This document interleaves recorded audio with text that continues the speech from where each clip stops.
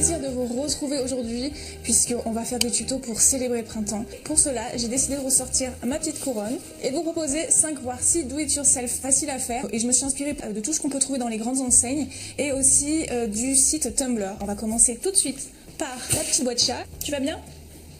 Bon, on va commencer par toi. C'est parti!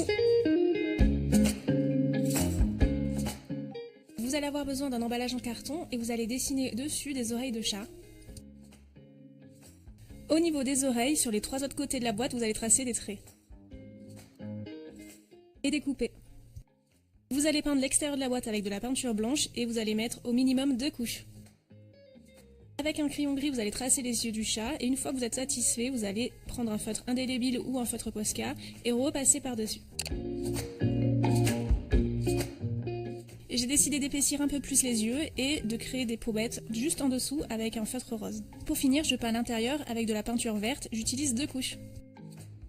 Voici le résultat et comme quoi avec 3 fois rien, on peut vraiment faire des trucs super sympas. Voici mon coup de cœur, on va donner un effet dégradé rose et doré à des pots en verre. Donc vous allez peindre en doré chromé un pot en verre. Ici de la peinture en spray mais vous n'êtes pas obligé. Par contre pour l'étape suivante il en faut une. Donc j'en ai pris une rose et on va peindre de manière dégradée. Donc on va mettre beaucoup de couleurs sur la base du pot en verre. Et on va répartir progressivement la couleur vers le haut en appuyant de moins en moins. Et vous faites exactement la même chose pour tous les côtés.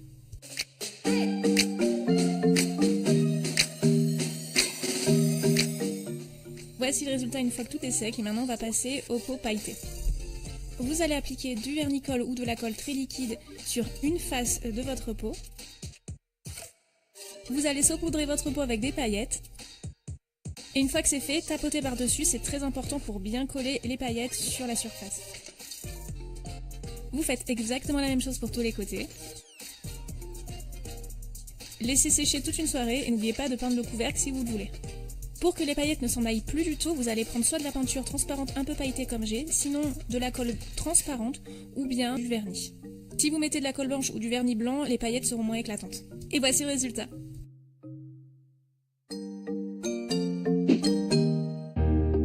Je vais vous montrer comment customiser une boîte comme ça. Alors ma caméra a très mal filmé ce tuto, je pense qu'elle commence à vieillir, elle n'a plus trop bien fonctionné, mais dans les grandes lignes vous allez comprendre.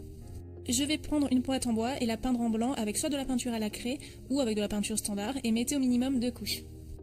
Je vais peindre un côté de la boîte en rose et pour délimiter la partie, je vais mettre du masking tape au milieu. N'oubliez pas aussi de peindre les côtés. Je prends un stylo colle et on applique un petit peu partout sur la boîte. Vous pouvez faire la même chose, il me semble, avec du vernis-colle et un pinceau. J'attends que la colle sèche au moins 1 minute et je vais prendre des feuilles de transfert que je vais mettre sur les zones où j'ai mis de la colle. J'appuie par-dessus. Et la couleur va se transférer sur la boîte. Je suis bien consciente que certains n'ont pas ce matériel chez soi, mais cela peut vous donner des idées, et donc j'avais envie de vous faire partager cette technique. Et de l'autre côté de la boîte, je vais tout simplement coller un stickers à effet marbre. Je vais découper un bout de stickers qui sera largement bien plus grand que la boîte, pour ne pas avoir de surprise. N'oubliez pas qu'on va aussi le coller sur les côtés. Une fois que c'est fait, je vais retirer l'opercule protectrice et le coller un petit peu de travers sur ma boîte. Et je vais aussi le couper sur les côtés, et n'hésitez pas à enlever le surplus de stickers si vous en avez trop.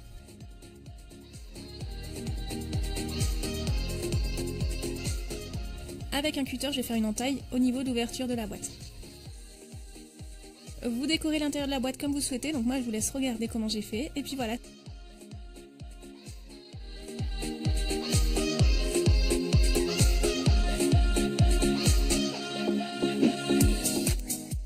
Pour créer sa décoration murale Hello en fil de fer, vous allez scotcher 2 feuilles ensemble pour avoir beaucoup de zones d'écriture. Maintenant, écrivez le mot que vous souhaitez, donc moi j'ai décidé d'écrire Hello. Prenez du fil en aluminium et vous allez le plier en fonction du mot que vous avez écrit. Donc c'est plus facile de suivre en fait votre écriture, ça rend les choses moins compliquées pour le pliage. Donc je vous laisse regarder en image, vous comprendrez mieux.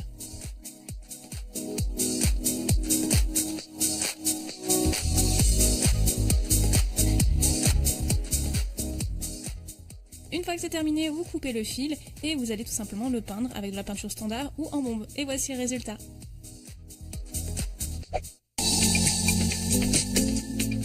Pour créer ce nuage pour mettre vos bijoux ou tout simplement en dessous de verre, vous allez dessiner un nuage sur un bout de papier que vous allez découper. Faites une boule avec la moitié d'un paquet de Fimo, prenez n'importe quel style, n'importe quelle couleur, vous pouvez même prendre de la couleur mélangée et vous allez l'aplatir.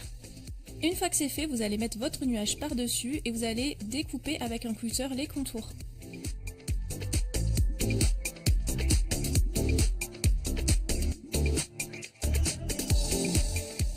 Pour donner une forme arrondie à votre nuage, vous allez le mettre à l'intérieur d'un vase ou d'un pot et vous allez le mettre au four pendant 20 minutes à 110 degrés.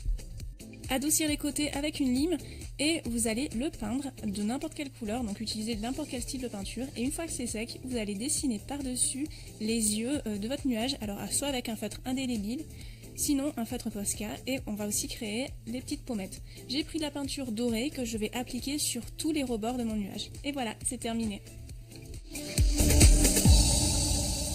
J'espère que ça vous a plu. Moi, c'est vraiment une saison qui m'inspire. J'ai vraiment pris plaisir à faire ces tutos. N'hésitez pas à me dire en commentaire lesquels vous préférez. Je suis toujours curieuse de le savoir. En plus, ça me permet aussi de vous proposer d'autres tutos plus en adéquation avec ce que vous aimez. Le but, en fait, c'est que ça vous plaise, que je vous propose des trucs qui vous intéressent. Si tu reproduis un de mes tutos, n'hésite pas à mettre le hashtag #IsnaTinspire sur Instagram ou Twitter. Comme ça, je peux aller voir ta création, laisser un like et un commentaire. Et c'est toujours un plaisir de voir ce que tu as fait. N'hésite pas aussi à me rejoindre sur les réseaux sociaux. Donc, je suis active quotidiennement, surtout sur Snapchat. Donc, tu as les liens ici et en barre d'infos, et à t'abonner à ma chaîne pour ne rater plus aucune de mes vidéos et appuyer sur la petite cloche pour avoir la notification dès qu'une vidéo sort sur ton portable et ta tablette. Je te fais d'énormes bisous, à bientôt.